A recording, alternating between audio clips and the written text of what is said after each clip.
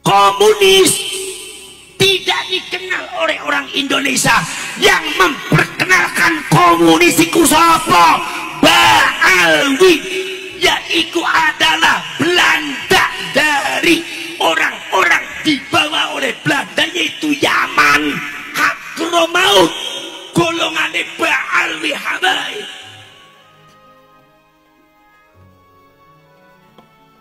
Makanya fitnah komunis di Indonesia itu adalah semua tokoh-tokohnya komunis itu habaib semua.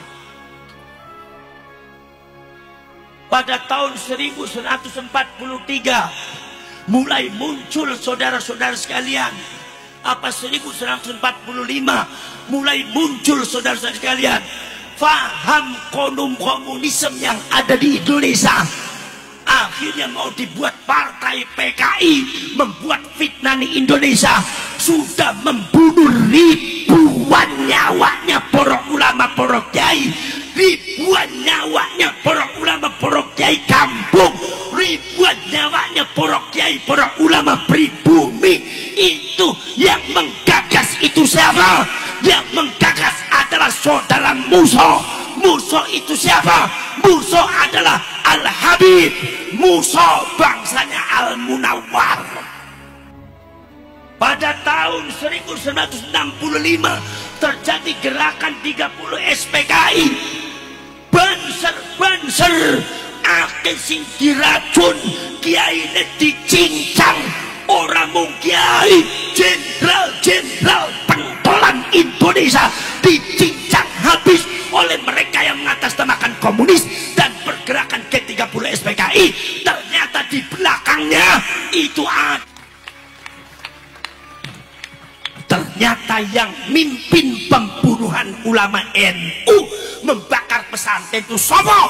Mereka ternyata adalah kaum habaib DNAID, namanya Al-Habib Ahmad Al-Aidid, membunuh para ulama, para kiai, tangannya penuh dengan darah ekor kiai dari para ulama NU.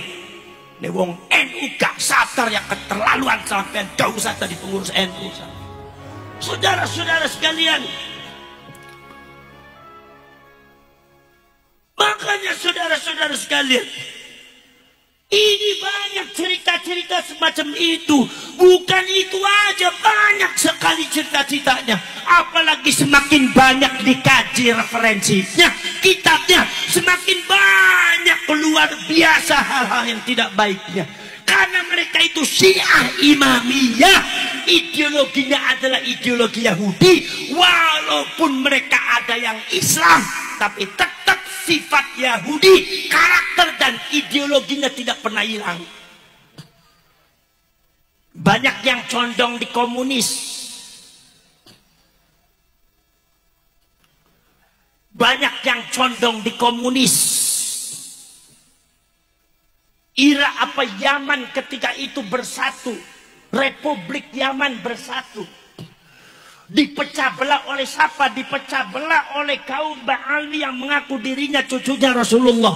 Tapi nyata-nyata setelah dipecah, kemudian kaum Ba'alwi berada di Yaman Selatan. Nyata-nyata ternyata akhirnya mereka membentuk Republik Komunis Yaman Selatan. Bukan Islam tapi komunis Yaman Selatan. Wakil presidennya namanya Abdurrahman Al-Jufri, Habib Abdurrahman Al-Jufri. Ini adalah bapaknya Habib Ali Al-Jufri, yang kata Habib mengatakan, kalau ingin melihat wajahnya Rasulullah, lihat saja wajahnya Habib Ali Al-Jufri.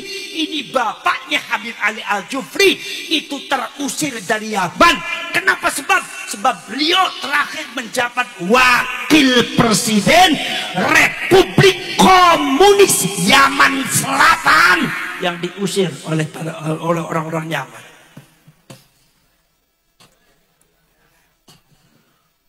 Di antaranya siapa lagi?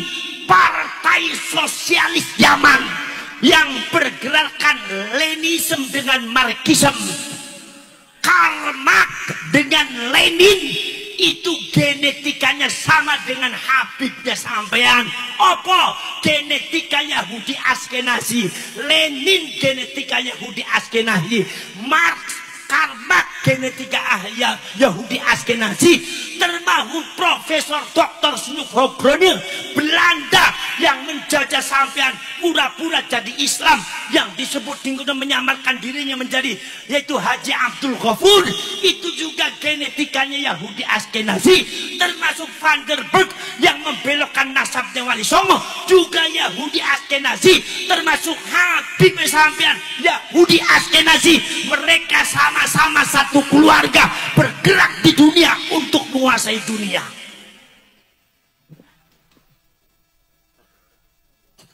Saudara-saudara kalian, melek napa mboten? Melek napa mboten? Masya Allah, saudara-saudara sekalian. Kemudian saudara-saudara sekalian, di antara lagi adalah ketua partai komunis Yaman, sosialis Yaman, siapa? Namanya Al-Habib Abdurrahman Asghaf.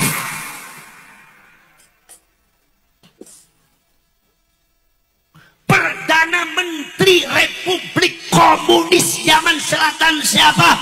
Al-Habib Haidar Abu Bakar Al-Abbas. Mau apa ente? Mau marah sama siapa? Sok, muhibbinnya ada yang mau marah.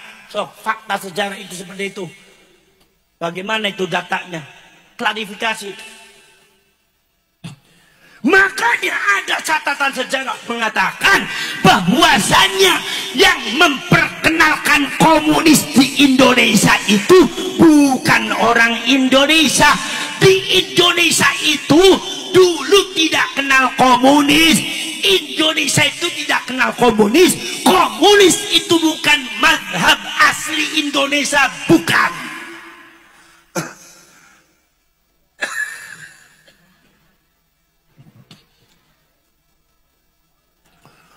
Komunis itu bukan mazhab ahli Indonesia. Mazhab asli Indonesia itu apa? Satu adalah Hindu, nomor dua adalah Buddha, animisme, dinamisme.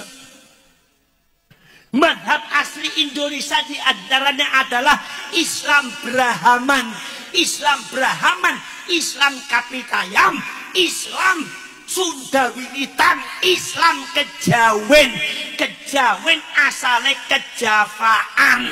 Kejavaan itu asalnya dari keturunannya Javen bin Javid bin Nuh, karena orang Jawa itu keturunannya Nabi Nuh. Makanya orang Arab apa orang-orang Eropa kalau bilang orang Jawa bukan Javais tapi ono ene Javanis. Itu namanya agama Brahman yang terakhir dibawa oleh kaum Hawariyun, yaitu agama tauhidnya Nabi Ibrahim Brahman, membawa konsep monoteisme, Tuhan sebagai peralihan daripada bahasa Allah Subhanahu wa ta'ala diganti yang.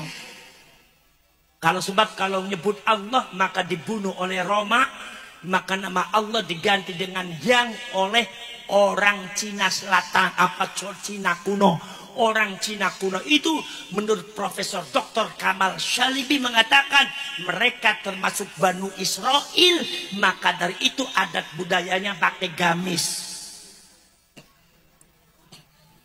Di sana ada catatan-catatan Nabi Muhammad juga ada, Kanjeng Nabi bakal teka ada, cuma diciri apa dialibasakan Cina kuno, termasuk lafaz Allah diganti dengan yang. Tuhan yang satu tidak diperanakan, tidak punya anak. Tuhan yang satu maha kuasa, pemilik langit dan bumi, dan kita akan kembali kepada Dia. Yang ini adalah bahasa kuno Cina. sebagai peralihan dari lafaz Allah. Sebab kalau disebut Allah maka mereka akan dibunuh oleh apa? Dibunuh oleh Roma. Maka kemudian ini agama Brahman ini diperkenalkan, yaitu ada di tanah Sunda, ada di tanah Jawa yang disebut Kejawen, yang disebut Kapitayam.